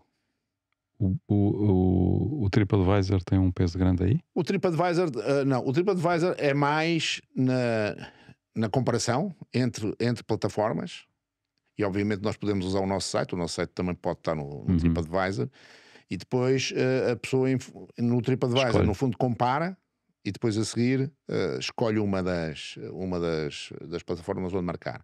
O TripAdvisor, mas mais importante do que isso, as pessoas não vão muito por aí, mas o TripAdvisor é importante porque as pessoas consultam pelos comentários dos clientes. Certo. Para ver as reviews. Para ver os reviews. E os reviews em comércio eletrónico são fundamentais. Isso levanta um tema muito interessante que eu gostava de explorar, mas vamos explorar na nossa versão extended nas nossas plataformas digitais, que é sobre o turismo em massa e como é que o turismo depois impacta a experiência de turística, não é? Quando nós vamos para um espaço que está cheio, por exemplo, de turistas. Mas antes disso, vamos dizer aqui um olá à nossa frigideira novamente. Olha, frigideira, estás aí? Olá, Tocha. Olá, José. E olá, Zé, tudo bem? Como estão? Ótimo. Estamos ótimos, frigideira. O que é que tens aqui hoje para nós? Escolhe um dos ingredientes: o ovo, a batata, o arroz ou o bife. Qual é que queres? O ovo, a batata, o arroz ou o bife? É melhor o bife, ficar com o bife. Bife, vamos ao bife. Muito bem, o mais suculento. Vamos grelhar. Deixa-me só preparar. Está quase e pronto. Como foi ser senhorio da Madonna? Foi uma experiência boa, porque no fundo deu uma grande visibilidade ao hotel e em diferentes mercados, mas nomeadamente no mercado americano, e o mercado americano é muito importante para hotéis que estão no segmento de luxo, e portanto nesse sentido foi fundamental. Ela afirmou várias vezes que a sua casa na Europa, não era em Portugal, era a sua casa na Europa, era o hotel, o Pestana Palace, e escreveu isso lá na nossa galeria dos notáveis que estiveram no hotel, está lá presente, e portanto nesse sentido foi uma experiência muito positiva. Teve aqui um contratempo, é porque no fundo o hotel que eu conheço tem cerca de 190 quartos, mas tem apenas, e alguns são suítes, mas no palácio propriamente dito só tem 4 suítes. E a Madonna precisava mais que 4 suítes? Não, e a Madonna ocupava as 4 suítes. E portanto, ao ocupar essas 4 suítes, os outros clientes, que também são clientes habituais do Pestana Palace e que gostavam de ficar naquelas suítes, durante 6 meses não puderam ficar. Só se dormissem com a Madonna. E, Se calhar era por isso que ela queria 4 suítes. não. Ela tinha, enfim, tinha o seu Mas ela que entourage, dormia os filhos. todas as noites numa suíte diferente? Era ela? Não, ela tinha os filhos, tinha o marido e tinha os seus funcionárias principais que ficavam naquela Uma grande e equipa, adaptou algumas delas, adaptou-as a salas, portanto, Mas ela adaptou no fundo a uma casa, ela não, Claro. aquilo era uma casa, as 4 suítes no fundo era a casa dela durante 6 meses. Pois. E portanto onde viviam, entre ela, o marido e os filhos, viviam ali 5, 6 pessoas. Repara, para os Estados Unidos isso tem uma importância incrível. Ou seja, eles gostam mesmo de ir para um sítio onde esteve uma celebridade como Exato. não é? Yeah. Exatamente. Tem uma influência De incrível. marketing é muito Não, forte, teve. O hotel passou imediatamente a ter uma visibilidade no mercado americano bastante elevada. Obviamente nós tínhamos clientes, que, como disse, desses outros, desses que estavam habituados a ficar numa dessas suítes. Esses Pois. não eram clientes, vinham por 6 meses, vinham por 2, às vezes vêm 2, 3 dias, às vezes vêm um dia só. Muitos são clientes internacionais que tinham cá sucursais em Portugal, mas que gostam de ficar naquele hotel, mas que pronto, ficavam sempre naquele hotel e que deixaram de poder ficar naquelas suítes. Nós oferecíamos outras, Ficaram a conhecer as outras. mas não queriam as outras, Não portanto, alguns deles. Finalmente estávamos a abrir a pousada de Lisboa, e a pousada de Lisboa também tem lá 2 suítes que são fantásticas e Redirecionaram o tráfego para outro sítio. em alguns conseguimos. José, muito obrigado por teres vindo. Nós vamos continuar nas nossas plataformas digitais, mas vamos nos despedir aqui. Malta, obrigado a vocês que nos estão a seguir. Já sabem, voltamos para a próxima semana. José, mais uma vez, obrigadíssimo. Obrigado, eu. Obrigado, José. Obrigado a todos. Dan. Olha, Zé, então voltando aqui à questão do turismo em massa, portanto, a grande questão torna-se, ok, nós passámos por estes processos todos e tivemos a discutir um bocadinho como é que a indústria evoluiu, e a conclusão que nós chegamos agora é que temos uma data de pessoas a entrar em aviões, a viajar para todo o lado, e isso cria um enorme número de pessoas em determinadas zonas, não é? Temos um exemplo claro da Baixa de Lisboa, não é? Que se alguém for lá passear, é difícil de ouvir português, exceto as pessoas que trabalham lá nos negócios. O maior exemplo não é a Baixa de Lisboa mesmo, é Barcelona, não é? Eu estava a pensar em Portugal, sim. Em que Barcelona tu tens um movimento já da população local contra o turismo. Portanto, com manifestações, com ações, e não só E em não os Barcelona, meses. em vários outros sítios começam a surgir. Isto não é um problema? Isto é uma coisa que vos preocupa na indústria? Obviamente é uma preocupação na indústria, mas quando nós vemos o grande crescimento que houve, há aqui 2 fatores que foram importantes. Primeiro é não conseguir gerir os fluxos, porque há forma de gerir os fluxos.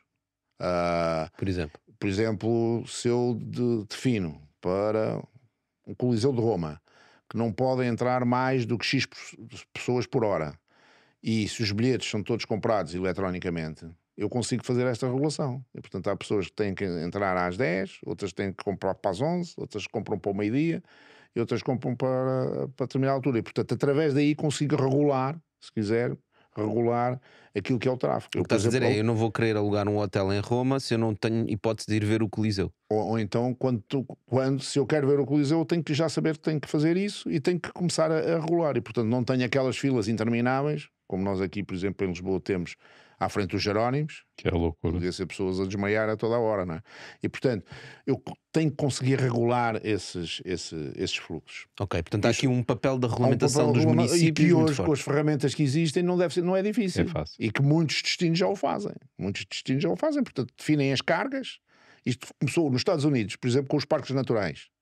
Em Portugal, o que se faz é fecha-se os parques naturais. Ora, ninguém pode lá ir. Portanto, os parques naturais não são uma atratividade turística. Estão fechados, que é para não se destruir o Para ambiente. serem naturais. É por serem naturais. Pronto. O que é que os americanos fizeram? Os americanos o que definiram foi cargas. Definiram cargas máximas, agora em Portugal também se está a fazer isso, mas definiram cargas máximas, definiram passadiços e áreas onde as pessoas podem ir, e depois fazem educação ambiental, têm alguma fiscalização, mas, portanto, com isso conseguiram tornar também um atrativo. Ora, Fizeram lá os Rangers. O que se pode fazer exatamente é um bocadinho o mesmo para toda, de forma para aquilo que são os atrativos turísticos. Pronto. Em Portugal há muito pouco ainda feito sobre esse sítio. Depois há a diversificação dos atrativos, não é? Portanto, nós temos, por exemplo, até atrativos ou atrações que praticamente não são exploradas. O Museu de Arte Antiga que nós temos, quem é que o vai visitar? Que é fabuloso. E que é um fabuloso. Mas quem é que o vai visitar? Mas não tem condições.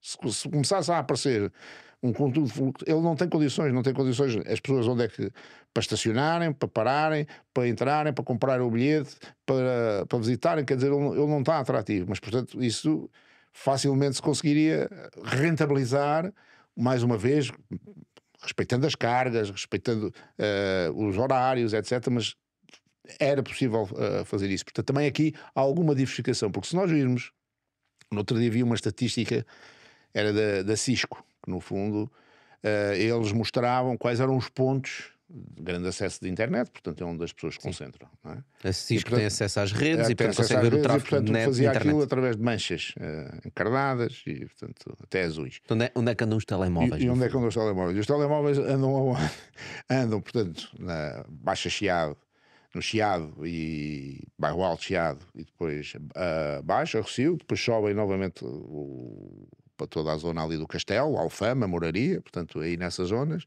e depois Belém? Mas Belém, localizado em 2 ou 3 sítios, portanto Jerónimos e ali a zona da Torre de Belém, Padrão dos Descobrimentos. É E depois do há padrão dois dos descobrimentos pontos. para os pastéis, dos E pastéis depois, para os Jerónimos. 2 pontos, dois pontos, que era o Aquário, na Expo, Ok. portanto o Oceanário, o Aquário não, vamos chamar aquilo Aquário. O Mega Aquário. Portanto, o mega, Mas muito localizado. o Oceanário, é no Oceanário. Porque se eles derem 2 passos para o lado, aquilo está tudo um desastre. Pois, portanto era o Oceanário. E era outro que não estava à espera, o Jardim Zoológico. Ah, O Jardim Zoológico era outro uma dos atividade pontos. diferente para ir com as crianças. Exatamente. etc. Portanto, eram estes os pontos. E portanto é Só. este Lisboa. Ou seja, onde os lisboetas no fundo também andam e procuram as avenidas Roma, a Saldanha, etc. Não há turistas. Ou quer dizer, os turistas. Portanto, Lisboa, o grande problema de Lisboa é muita concentração. É muito pouco. Isso é um problema de investimento e é um problema de comunicação. Exatamente. Eu tenho a ideia que temos um outro problema, provavelmente tens uma opinião diferente, que é, eu acho que a questão dos grandes cruzeiros é um tiro no pé em Lisboa. Porque são milhares e milhares de pessoas que chegam a Lisboa e que não trazem nada para a cidade. Porque os cruzeiros Trazem consumo, não é? não trazem consumo, porque eles consomem no cruzeiro.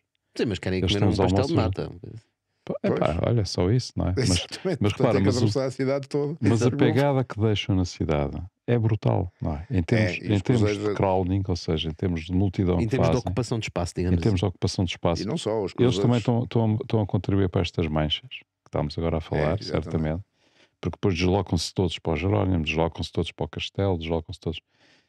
E depois não consomem na economia local, portanto, são capazes de comprar uns ímãs, não é?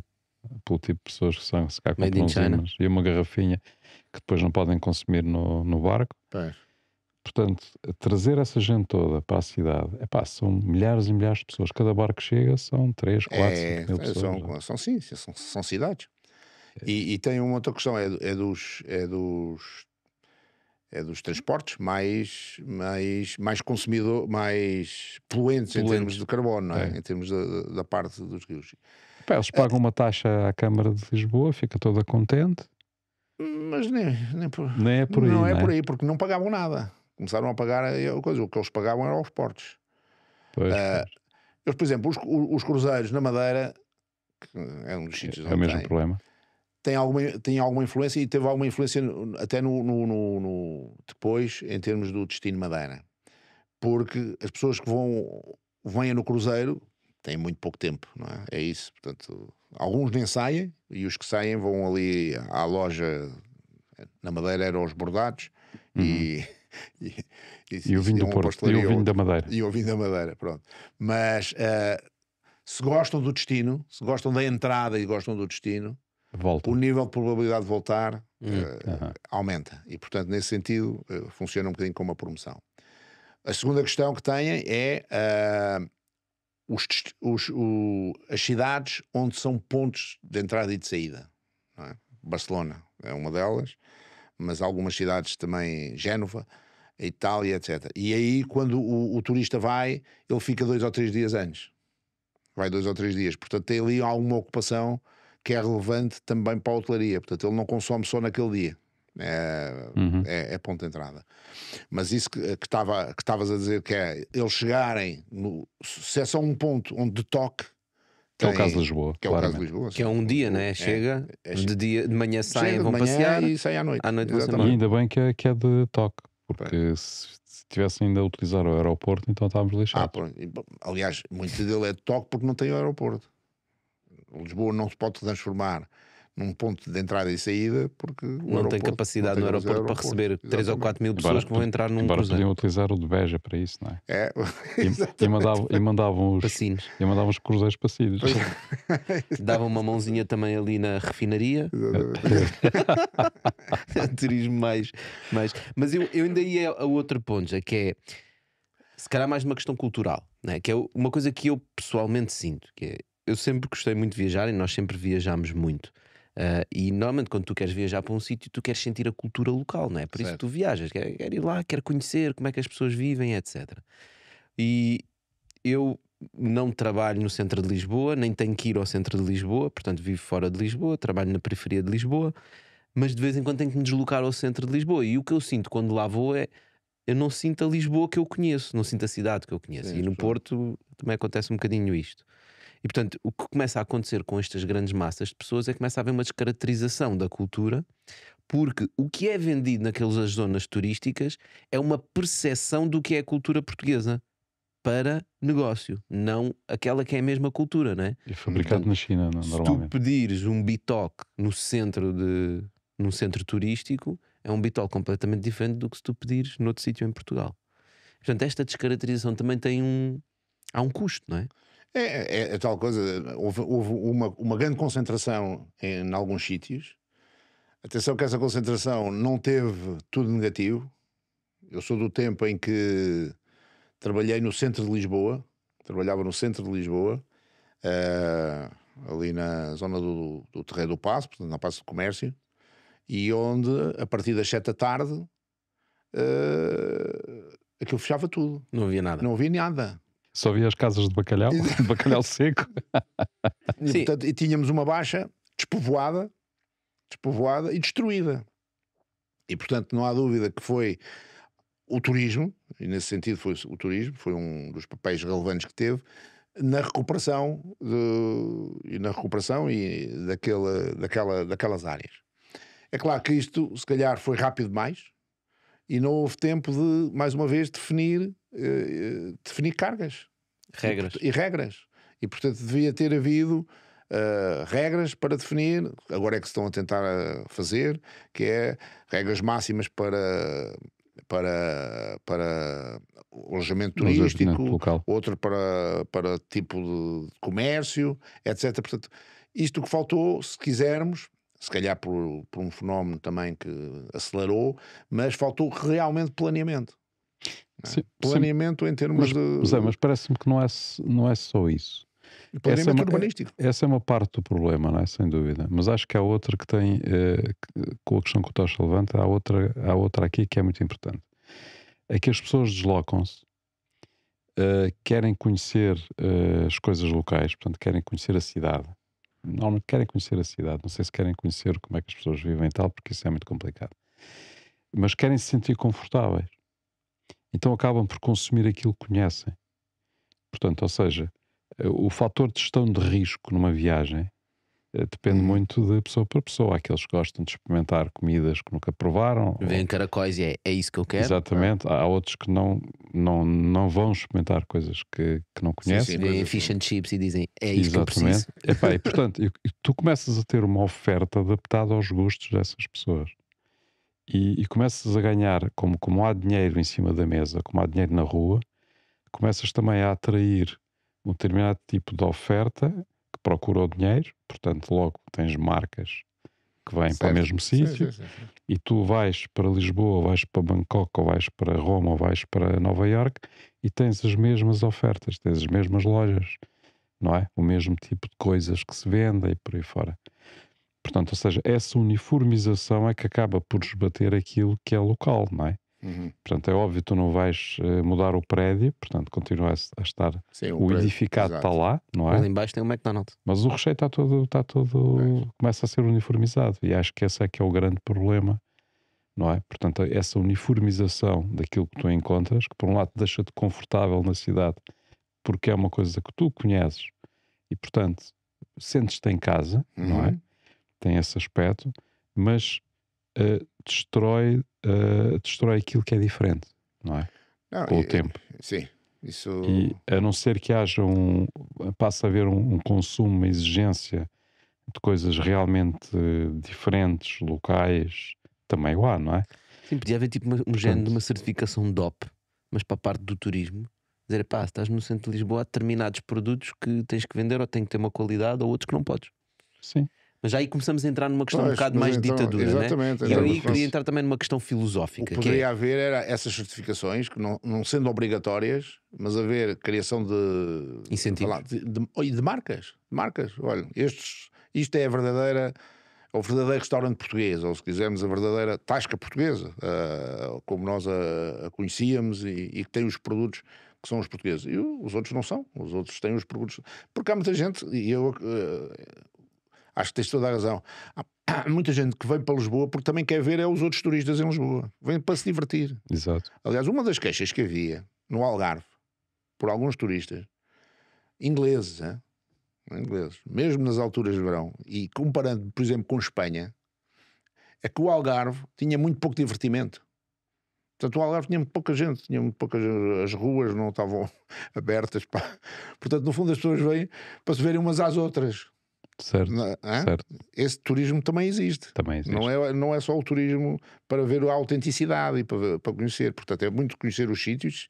Se eu puder depois conhecer tudo bem, se a cidade é agradável, melhor. Mas venho muito porque os outros vieram. Sobretudo locais cosmopolitas, não é? Claro. É inevitável isso. Para Lisboa isso é inevitável, para o Algarve, em muitos sítios isso será absolutamente inevitável, no Porto não é? também já. Mas, por exemplo, nós temos uma oferta gigante ao nível do turismo no interior, não é? E que está a acontecer muita coisa, de facto, a esse nível. Epá, que podia ser mais explorada, não é? Mais explorada e mais... Porque também falta, por exemplo, havia a tal diversidade que tu estavas a falar. E de falta de transporte, não é? Quer dizer, se Falta de nós transporte. demos uma explosão no turismo porque tínhamos aviões mais baratos, não é? Uhum. Se nós tivermos linhas de comboios, tivermos formas de conseguir aceder ao interior de forma mais rápida, então um turista chega a Lisboa e diz assim: epá, agora vou ali a Coimbra. Pá, vou demorar quanto? 2, 3 horas para ir, 2, 3 horas para vir? Não é? Mas Se fosse isso uma não é nada. viagenzinha rápida. Mas numa viagem, num país normal, não é? Uma pessoa deslocar-se 2 horas de carro não é nada. Mas os Se comboios... souber exatamente ao que é que Por exemplo, vai. os comboios, e hoje eu faço com alguma regularidade o Lisboa-Porto, ou o Porto-Lisboa de comboio. Prefiro fazer de comboio em vez de ir na ponta aérea, porque como ela se atrasa tanto, eu no comboio... Acabas a gastar mais tempo, não é? Exatamente. Mais tempo. Ainda por cima ter que ter mais uma hora. Isso é o que a gente diz, né? Epá, o voo são só 30 ou 40 minutos, mas ia entrar no avião e sair do avião, ia entrar no aeroporto e sair. E depois entrar no Porto e tal. Portanto, o comboio. E vê-se muita gente no comboio, muito estrangeiro, muito americano, por exemplo. Muito americano a viajar. Portanto, entrou por Lisboa, mas quer conhecer Lisboa e Porto. Portanto, vem cá 2 ou 3 dias. Ou vice-versa. Portanto, entrou por Lisboa e quer também ir conhecer o Porto. Pronto. O que falta aqui em alguns sítios tinham capacidade de atração e faz muito é o ir e voltar, não é? Por exemplo, Certo. Fátima é um caso concreto. Fátima é daqueles pontos. Évora era, hoje começa a ter Já não dá uma para ir para capacidade Fátima de comboio, não é? Por exemplo. mas não há comboio. Exatamente, falta o transporte, falta esse transporte. Porque isso também, nós não desenvolvemos nunca também a rede ferroviária, não é? Sim, em termos de autoestradas está fixe. Nem para autoestradas, isso temos 3 e 4 para o mesmo sítio. Exato. Nós não só não desenvolvemos, como suprimimos. Exatamente. Suprimimos várias linhas. Não... Várias linhas. Pá, e não modernizámos também. Eu também faço muitas vezes algumas viagens de comboio para o Algarve ou mesmo até para o Porto. Pá, são comboios antigos, meu. Foi. Não há internet. Tu vais de Lisboa para o Algarve, não consegues ter internet estável. Nem no Porto, nem quando vais para o Porto consegues. No Porto um bocadinho melhor. Mas pô, agora uma desgraça total. Tipo, a meio começas a perder a internet, o Wi-Fi do comboio esquece, né? E portanto, este tipo de coisas, por exemplo, eu que gostava de fazer essa viagem, não me importa fazer 2 horas, porque eu posso ir 2 horas a trabalhar. Claro. Mas eu para trabalhar preciso de internet. Pois, Pá, mete um Starlink em cima do comboio, pá. Super easy. Não, já vou começar eu a levar o meu Starlink portátil, meto assim pela janela lá para cima. E partilhas com todo o comboio. Yeah. Exatamente, grátis. Mas voltando aqui à parte um bocadinho mais filosófica, se calhar, e pensando nisto,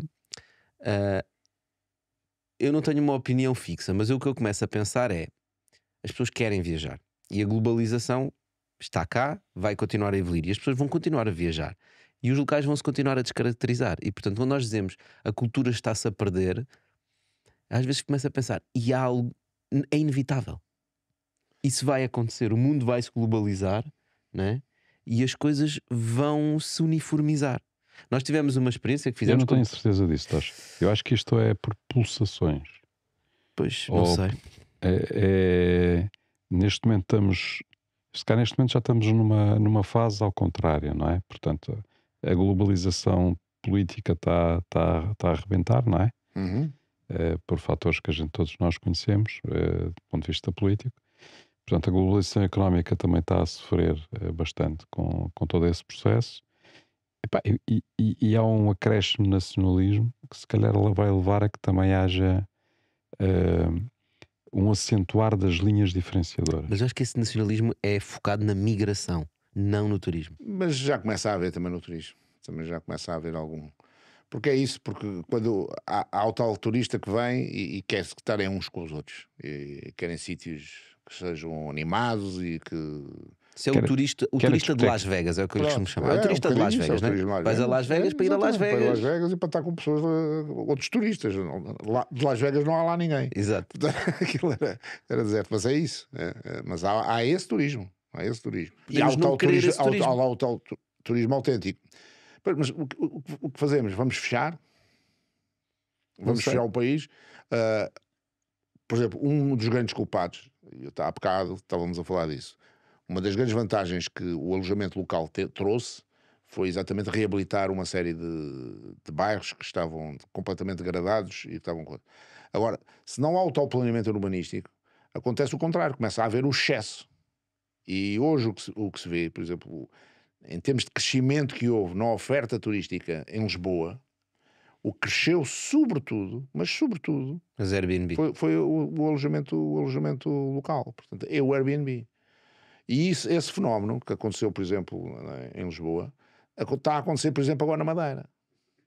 Na Madeira, só para termos uma ideia, o grande hotel que foi construído nos últimos anos, um hotel de grande dimensão, hotel com 500 e tal quartos, foi o Savoy. Pronto. Foi o último grande hotel que foi construído. É o maior hotel?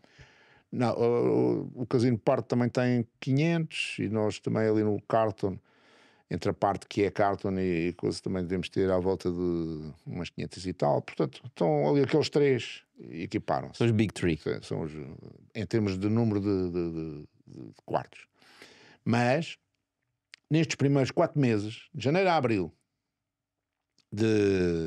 deste ano, o número de registros que houve em termos de alojamento local na zona na Madeira correspondeu a um Savoy e meio.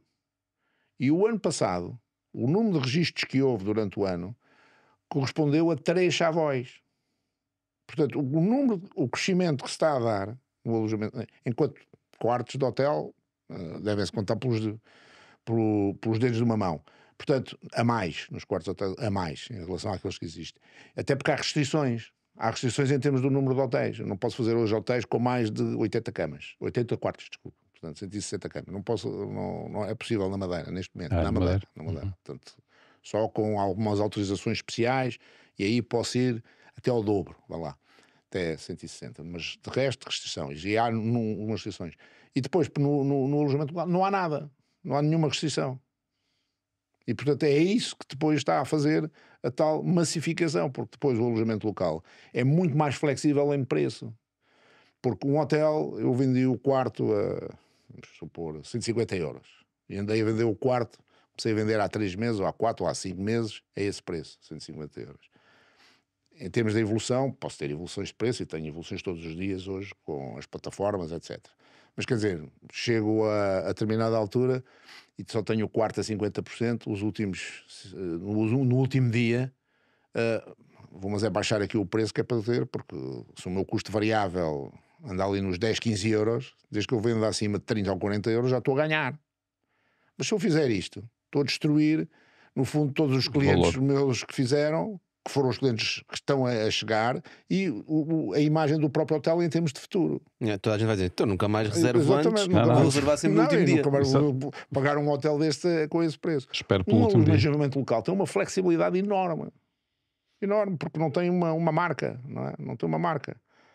Portanto, é aquela morada naquele prédio, portanto, se o mercado está bom, obviamente que tem preços também elevados e aproveita isso, se souber fazer bem e se tiver. E hoje a maior parte deles estão associados já a redes que no fundo conseguem fazer a comercialização e que a fazem em termos também profissionais.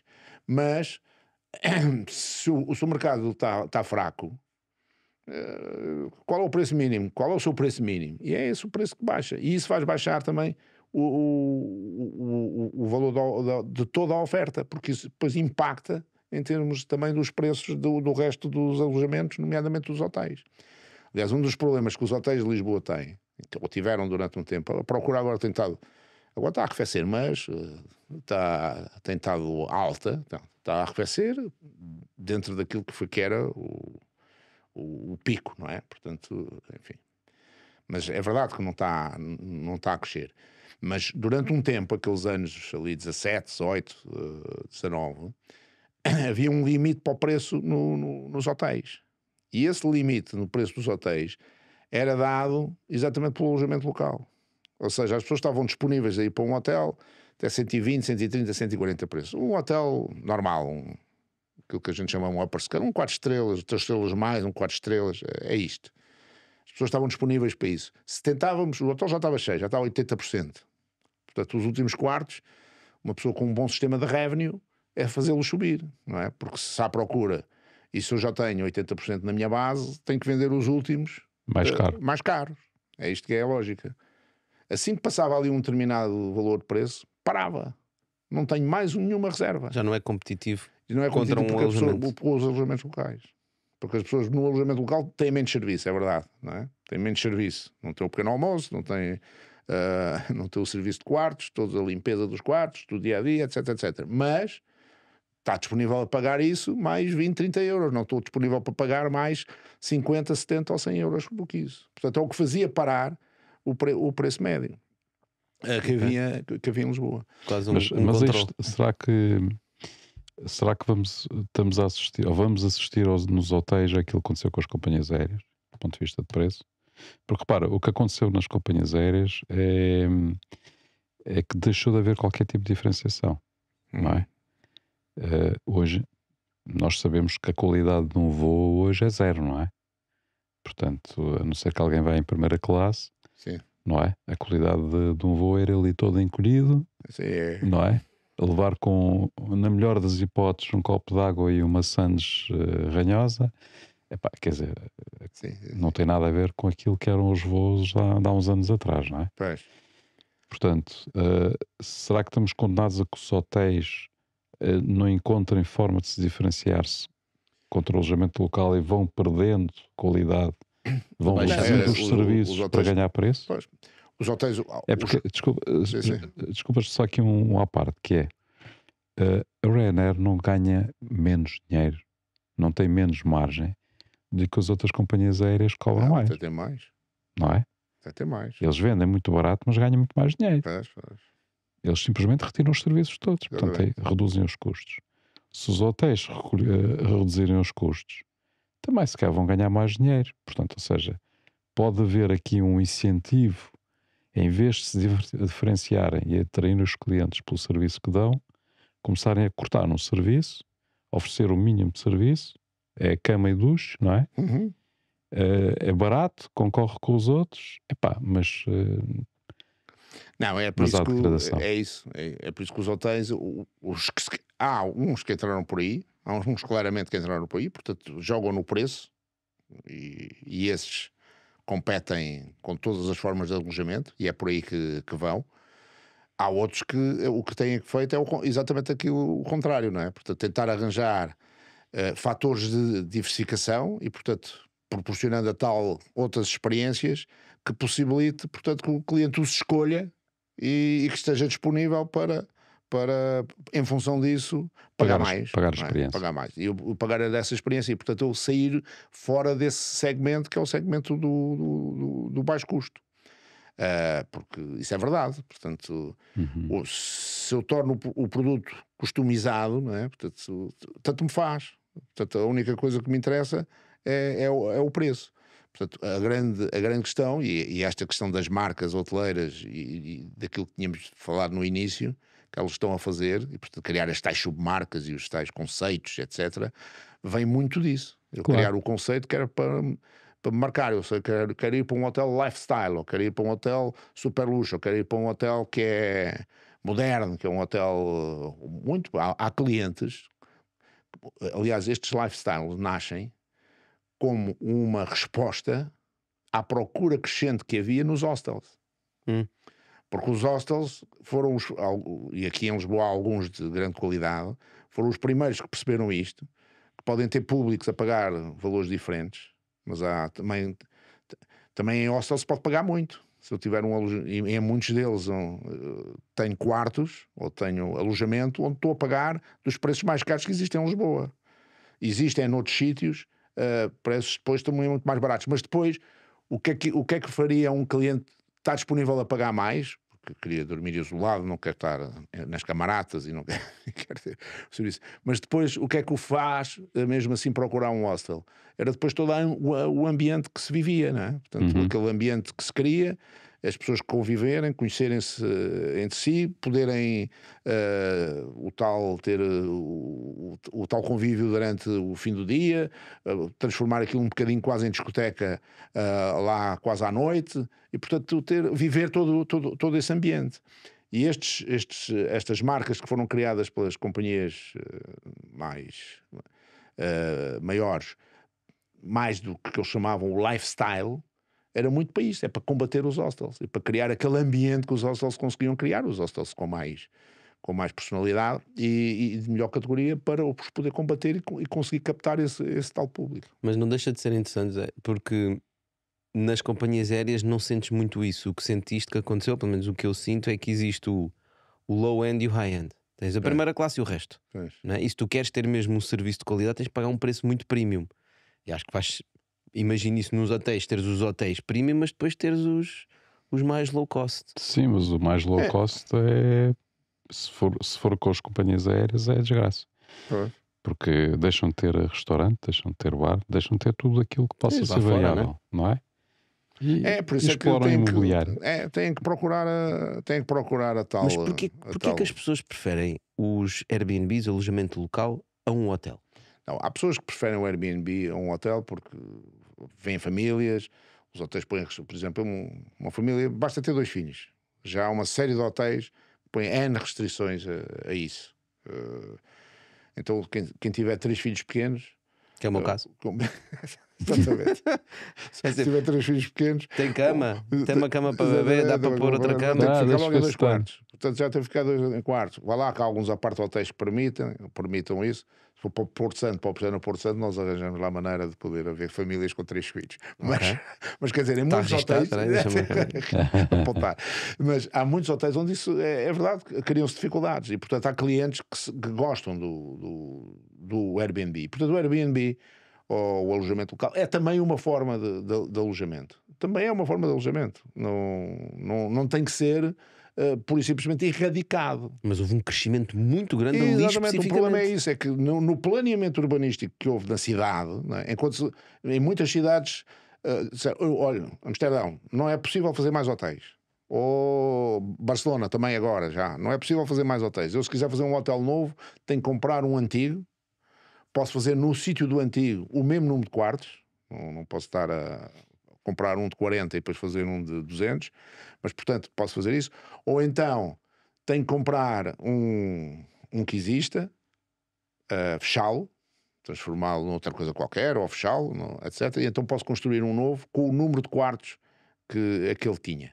Pronto. Portanto, isto é a reação. Limitar o número de quartos cá na cidade. Limitar o número de quartos cá na cidade, isto existe. Nova Iorque também tem. Nova Iorque também tem isso em determinadas zonas, tem em Manhattan já, em alguns sítios. Portanto, tem bairros que já não é possível fazer hotéis. Já não é possível fazer mais quartos de hotel. Ele, se quiser fazer um quarto, tem que fazer de maneira diferente.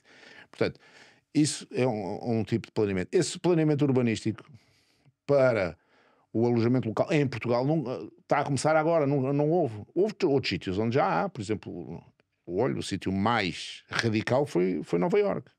Em Nova Iorque limitaram só para ter, ou se tem estadias superiores a 30 dias, portanto, estadias superiores a 30 dias é que pode haver o tal Airbnb sem host, ou então pode haver alojamentos mais pequenos, mas tem que serem na casa da própria pessoa, que foi assim que o alojamento local apareceu, não é? Os Airbnbs apareceram, eram quartos dentro das casas de pessoas. Não é? Era Portanto, o e aí famoso- era o conhecimento Isso mesmo. era o bed and breakfast. O bed and breakfast, pronto. É assim que nasce. Então, se for assim, está bem. Se for com o host viver lá, portanto, o proprietário viver na casa, então aí pode fazer o alojamento por menos tempo. Se não, é 30 dias. Pronto. E Barcelona também está a limitar bastante agora também a parte. Mas há Airbnbs que posso alugar por 2 ou 3 dias em Nova Iorque? 2 ou 3, se for na casa, Não, mas se não for na casa. não, Ah. não há. Mas Acabou. isso quase que eu diria que isso é um complô lá dos hotéis de Nova Iorque a protegerem o seu negócio, não é? Enfim, nós temos lá 2 hotéis, Claramente. não entramos no complô, mas Não mas participaram que deu no- jeito, deu jeito. Não participaram no complô. Não participaram no complô, mas que deu jeito, deu jeito. Não, mas a minha questão também seria um bocado, imagina que Mas tem muito a ver com isso. Tem muito a ver que era o grande crescimento que se estava a fazer na oferta turística, não é? E se queremos limitar depois a massificação, depende da oferta que temos, não é? Quer dizer, se houver 5 hotéis, ou Porto Santo tem 3, 4 hotéis, e depois daqueles estarem cheios, não é possível ir mais gente. É que para irem, nem sequer há preciso fazer overbooking com outros hotéis, tem que ir para a praia dormir. Portanto, Pois. portanto não Eu é digo- possível. Portanto, este planeamento é importante se eu quero também ter as tais capacidades de carga. Se Sim, eu sim. deixo isto tudo à vontade, portanto as pessoas vão pelo mais fácil. Ainda por cima, quando um hotel Quando estás a dizer que é a tal pessoa- coisa, um hotel para ser aprovado, entre aprovação, ser construído, ser aberto, etc., demora este tempo todo. Um alojamento local, eu inscrevia-me. O que estás a dizer é competência desleal. Inscrevia-me. Mas tu Mas eu estás... digo que, por exemplo, na minha claro. família com 3 crianças, eu prefiro ir para um Airbnb, Mas eu percebo. não é? Porque temos crianças também pequenas. Mas o que eu gostava mesmo de ter era estilo Airbnb com serviços de hotel. Pronto. E há alguns apart-hotéis que têm isso, nomeadamente, como eu disse, o Pestana Porto Santo e no Algarve também arranjamos. Mas depois o que eu sinto nos apart-hotéis é que aquilo é um copy-paste tudo, é tudo igual. Parece que estás a viver, não há uma diferença. O Airbnb, tu vais para uma casa, aquela é a tua casa, né? Pois. E ali está outra casa. E o apart-hotel assim é tudo igual. Sim, o Não é? apart-hotel tem um pouco isso. E Até sentes e no os fundo que próprios estás num alimentos. quarto de hotel, Pois, mas um bocadinho maior, vá. Estás a ver? Então eu acho que existe aqui uma oportunidade, estamos a falar do crescimento e para onde é que vai a indústria, de haver serviços Sim, mais centralizados nos Airbnbs. Estás a dizer, eles não oferecem pequeno almoço. Por que não haver uma empresa que oferece pequenos almoços em Airbnbs? sim, Há algumas já o coisas fazem, desse já género. algumas coisas já o fazem. Por que não haver serviços de lavandaria mais centralizados, sim. não é? E oferecer uma experiência mais de hotel, mas estando num Airbnb. É isso. Mas sim, e como digo, cidades que querem ter os diferentes segmentos que existem na procura turística têm também que ter Airbnb. Portanto, não é erradicá-lo. A questão é como controlamos os hotéis, apart-hotéis, aldeamentos, etc. Como isso é controlado, não é? Porque é que não há nenhum controle sobre a parte que é o alojamento local ou a parte que é o Airbnb. Sim, tu aqui estás a levantar a parte da questão hoteleira, mas também tivemos todo o problema com os Airbnbs, que é a parte de especulação imobiliária, não é? Que é um tema que Agora já se fala muito em Portugal, não é? Pois, mas a Malta especulação começou- veio porque exatamente houve o tal grande crescimento, porque os primeiros, as casas que foram compradas eram baratíssimas. Aliás, foi por isso que elas cresceram tanto, não é? Porque estavam Exato. desabitadas e estavam degradadas. Não é? Sim, mas isso, por exemplo, em Lisboa teve um efeito de recuperação Pois, das essa casas parte foi a brutal, parte não é? positiva. Mas é tal É coisa. como em tudo, há sempre. E repara, e também há aqui um outro fator social que acho que é importante, que é, para muita gente, o alojamento local foi a sua primeira experiência de empreendedorismo. Sim. É Não é? verdade. Portanto, que é alugar a casa, não é? Sim, Portanto, sim. no fundo, propiciar uma receita adicional. E acho que isso é interessante. Agora, estamos a falar para onde é que nós vamos a partir daqui. Nós não sabemos bem, não é? Portanto, podemos ter a desgraça que estamos a falar dos low costs, não é? Portanto, mas custa-me a acreditar porque as pessoas, quando viajam, querem ter algo diferente, não é? Não querem ter uma experiência, Já falo, é experiências. Querem Querem- experiências. não querem ter uma experiência triste, diríamos assim. Se calhar vamos evoluir para modelos mais descentralizados do que propriamente os hotéis muito concentrados. Se calhar os próprios hotéis e os profissionais, diríamos assim, da hotelaria vão eles também apostar em modelos mais descentralizados, utilizando casas, utilizando aquilo que são hoje Airbnbs, ou seja, aquilo que for, não é? Portanto, e criando os tais serviços adicionais. Se calhar em colaboração também com os proprietários das casas, para não terem que estar a apostar na parte imobiliária, que não estão interessados nisso, não é? Portanto, eu penso que uma cadeia de hotéis não está interessada em construir casinhas e depois estar a alugá-las, não é? Mas Mas pode chegar a uma casa que está em construção, enunciar um conjunto de requisitos que tenha em termos de serviços, de decoração, em termos Marca. de condições de decoração para a sua marca, influenciar o próprio interior da casa, não é? E depois pagar um valor justo ao em proprietário. cidade ainda não existe muito. Existe alguma coisa, e em cidades como Londres, etc., existe. Mas esses conceitos existem muito já em resorts, não é? O que se tem, por exemplo, o que nós temos em Troia e outros estão a fazer em Troia, são, no fundo, casas. E casas que têm diferentes tipologias. Portanto, há casas, enfim, grandes, com 5, 6 quartos, tem outras com 2 quartos, depois tem uma parte que é apartamentos, uns com uma piscina, outros com uma sauna, outros com, enfim, com jacuzzi, etc, etc. Portanto, ou seja, e depois aquilo é um conjunto turístico que a pessoa escolhe, no fundo, tem ali um conjunto de oferta, escolhe em função daquilo que é a sua necessidade, o seu gosto, mais próximo da praia, mais longe da praia, etc. No Algarve isso também existe, são os tais aldeamentos turísticos, não é? Portanto, aqueles aldeamentos turísticos que são construídos, encontramos casas de diferentes Proprietários. Tipologias, tudo, né? tudo, no fundo. Pronto. Portanto, isso dentro daquilo que é os chamados aldeamentos turísticos e depois os chamados conjuntos turísticos, isso acaba por existir. Agora, era nos resorts, não é? Existia nas áreas de resort, não existia muito dentro das cidades. Dentro das cidades, realmente, foi através do Airbnb. Aliás, com o Airbnb, para mostrar, eu acho que tem que ser regulado, que está em muitas zonas a ser cedido e, portanto, que deveria ser objeto de uma análise.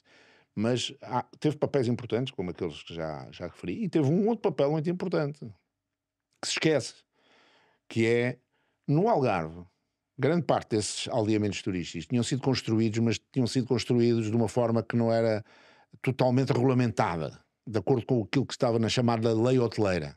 E nós temos muita maneira de muito regulamento, em vez de depois de vermos como é que aquilo eles operavam como verdadeiros aldeamentos turísticos e com serviços e com qualidade.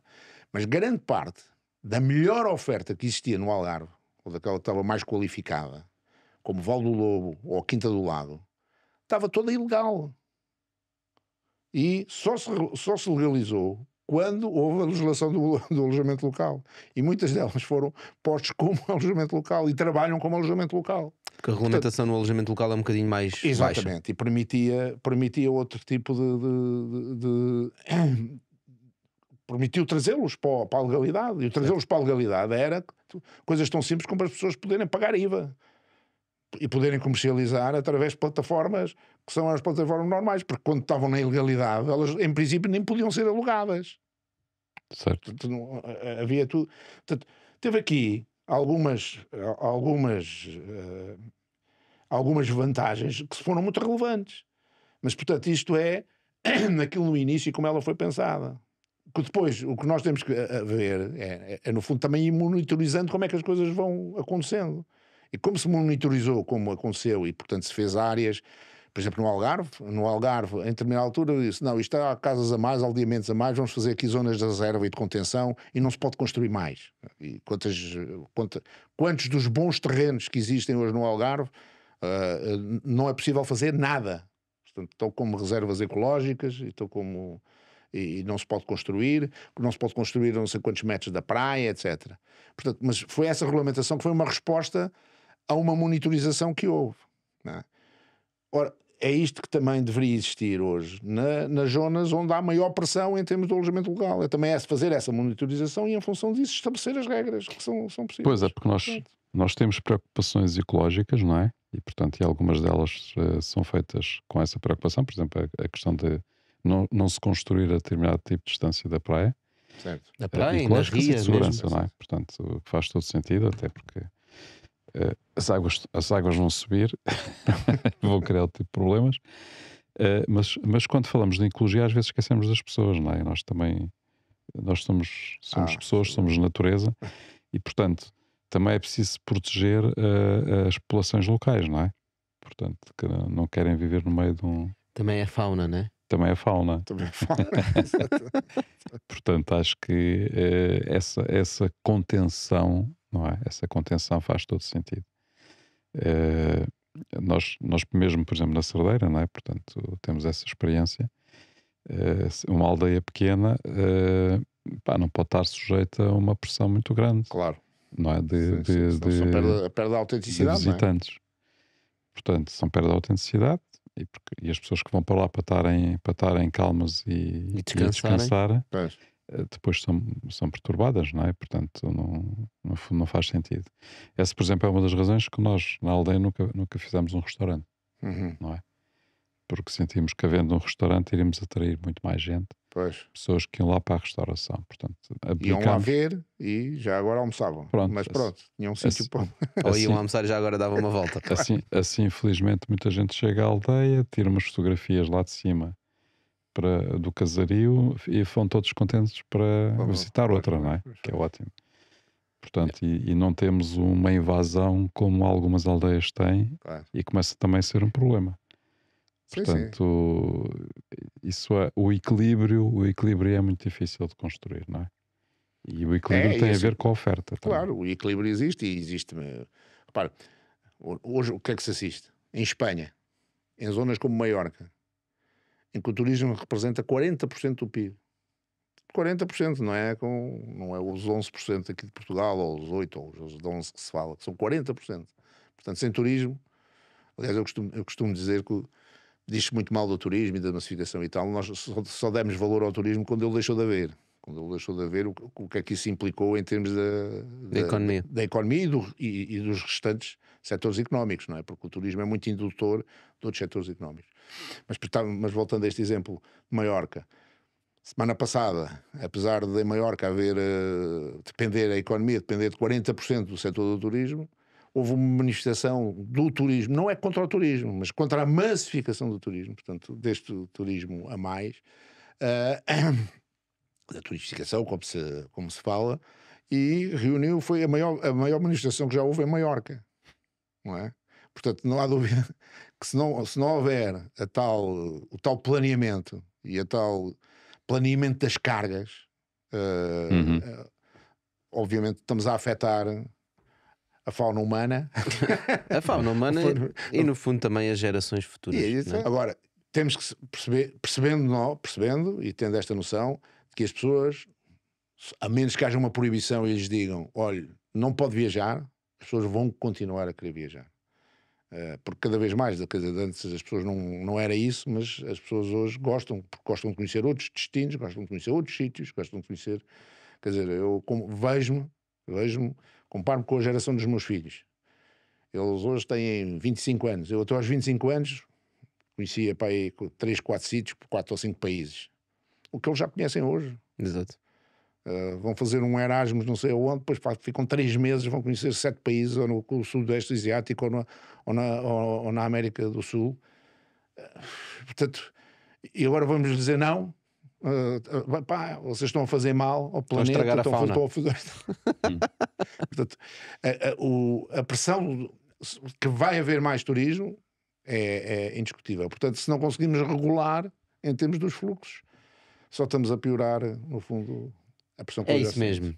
Malta, e ficamos sim. aqui por aqui hoje. José, mais uma vez, obrigado por teres vindo. Ora, essa eu que Vocês agradeço. já sabem, ficaram aqui até esta altura porque este episódio vos trouxe valor e vocês seguramente conhecem alguém com quem querem partilhar este episódio para ouvir as coisas e os temas todos que nós tivemos aqui a falar. E já sabem, estamos de volta para a semana. José, mais uma vez, obrigadíssimo. Obrigado, eu. Obrigado, Tá, José. obrigado A todos. Dan,